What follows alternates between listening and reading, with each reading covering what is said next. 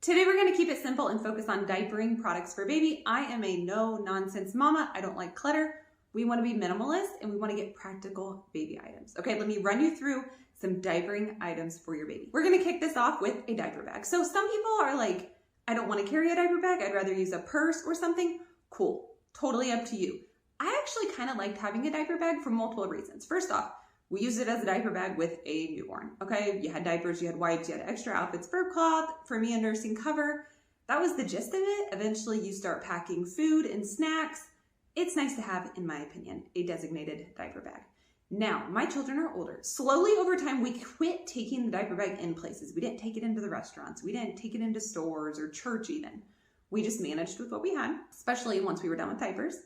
And then it became a spot in the car for, again, extra outfits. If you want to put like non-perishable snacks in it, clothing, shoes, socks, medications that are okay to stay in the car, things like that. So for me now, it is the overstock in my car. I know people use different systems, but for me, the diaper bag worked and it is still in my car to this day. Now, one thing I would advise with the diaper bag, if you notice the one pictured here has a little changing pad. They open up, can usually store a little thing of wipes and a little thing of diapers.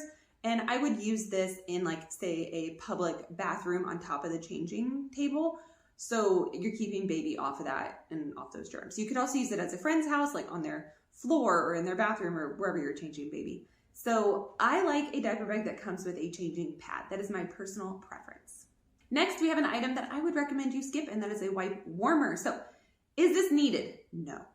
All right, I kind of have a test that I like to run with items, value. How often do you use them? How long do they last? And honestly, this one, like the price, you would use it often and it would last until they're 2.5, 3, however long you do diapering.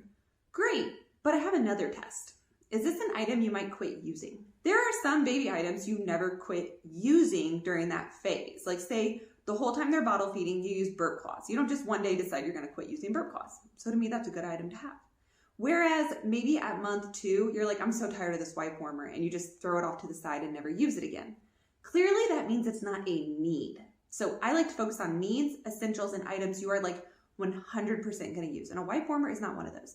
It's another thing for the mental load of mom also to restock it with wipes. And having warm wipes is not essential. It could dry them out. It could be a fire or safety hazard.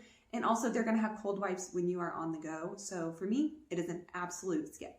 This next item is disposable changing pad, like covers, you could say. They're kind of like puppy pads. So some people will buy a changing pad that sits on a dresser or a changing table in baby's room, and then they'll put these over it and like throw them away.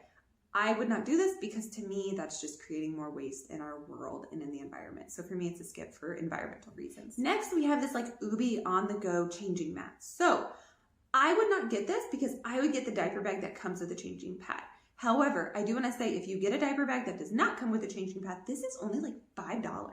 It's probably a bigger area for changing them and folds up really small and minimalistic in the diaper bag. So this could be an option if it fits for you. For me, it would be a skip. Next, we have a diaper caddy. So I love a diaper caddy. If you're on a budget, you could literally use an Amazon box and like put a couple small boxes in it. You could make your own. You could also just use a basket or a bin you already own potentially, but we got a diaper caddy very similar to this, kind of the felt style.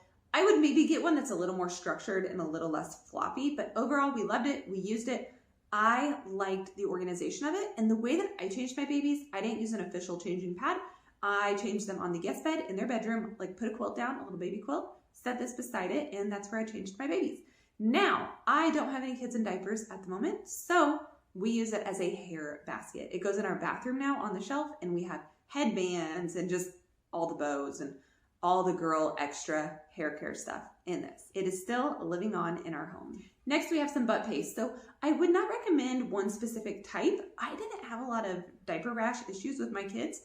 Get one, give it a try. Don't get a tub that is like 20 ounces. Get a small amount, give it a try, see if it works for your baby, and then you can add more. This would be one at home, one in the diaper bag. I would say you're not going to use it often on the go.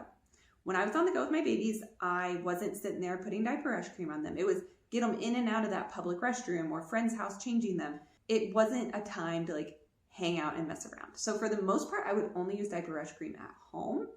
But if you want, have one for home and one for the diaper bag. Next, we have the bum brush, which goes with it. The bum brush is not an essential item. You can 100% live without it. However, I tend to keep my natural nails long. I really just don't love diaper cream in my nails, and just one more step of like really needing to wash your hands like immediately, and you're trying to dress baby and you've got diaper rash cream on you, or you're using an extra wipe, which is fine. I like the bum brush. For the price of it, I liked it. Now, again, I would have one in the diaper caddy at home. I wouldn't put one in the diaper bag because, again, when you're out in public, you are trying to get them in and out of that diaper change as quickly as possible. So for me, it is a get based on the price and the convenience of the item, in my opinion. The diaper pail. Some people love it, some people hate it. For me, it is a skip. Some diaper pails you can use a regular trash bag with. I would get those.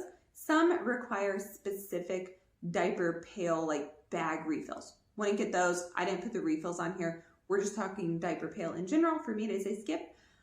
Okay, for diapers that are just like pee, put them in the trash, they're fine. For diapers that are poop, bag them up, put them in the trash, take out your trash pretty often, and you'll be okay. Or just put a trash can in baby's room, maybe a small like bathroom size trash can.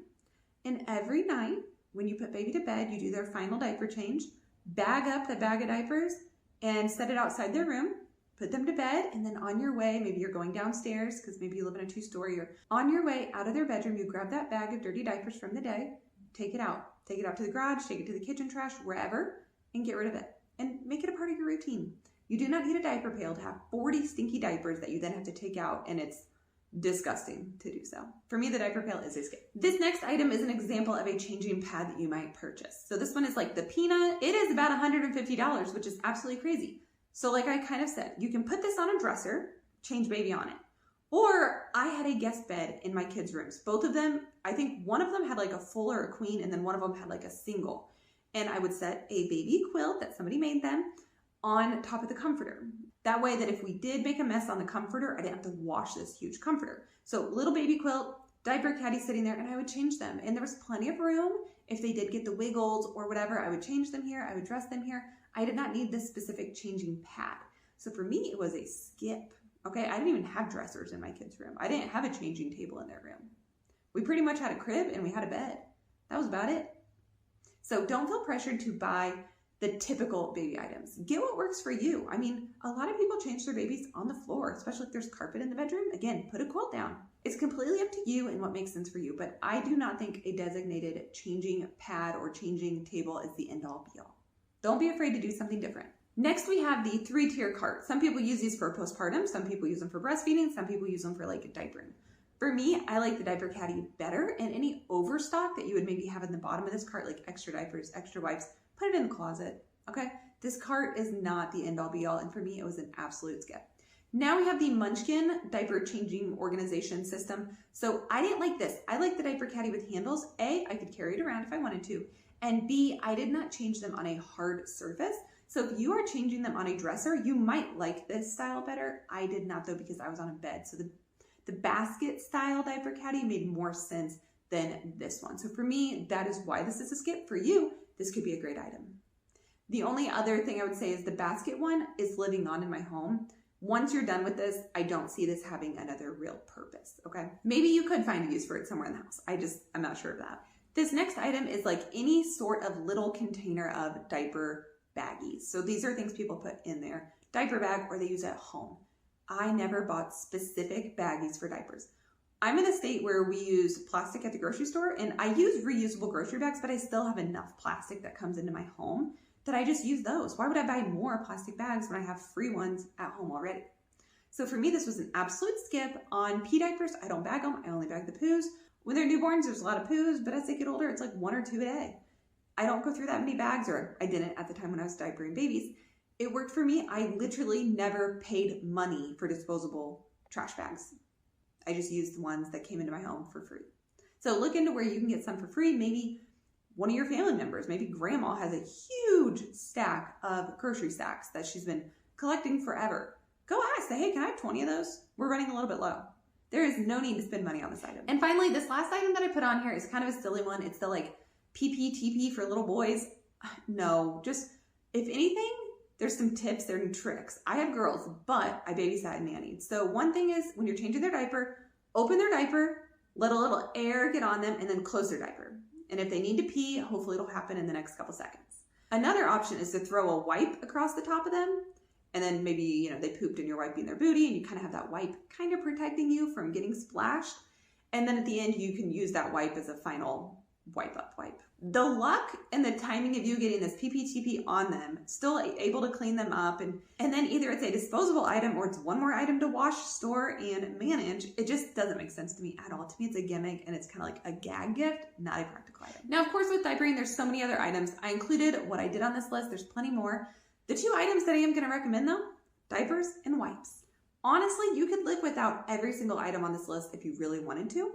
Diapers and wipes are what you need. If you do cloth, that's a whole nother video and a whole nother situation, but just disposable diapers and wipes. If you're doing cloth, I love that. I absolutely advocate for that. I did not do that though, however, so I'm not going to be a hypocrite and tell you to do so. If you want to be minimalistic, diapers and wipes are what you need. Aside from that, for me, it would be the diaper caddy and the diaper bag, some sort of butt cream, and that could be something very natural. It could be something a little more chemical based. Up to you what you put on baby, and I would get 1 bum brush. That's really about it. Minimal is better, okay? You want to get in and out of a diaper change just like a pit stop on the racetrack. It is an in and out hustle, okay? It is not a fun, lingering activity.